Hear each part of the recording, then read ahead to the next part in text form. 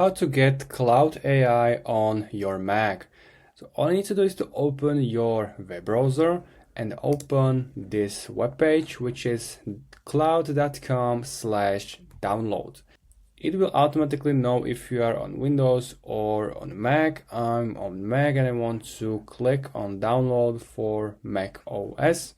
If you don't have this here, just scroll down, go to desktop and find Mac OS download.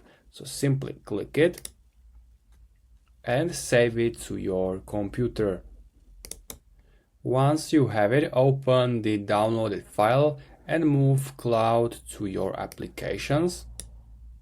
Now you can open your applications and find Claude, which is here. You can double click it and open it.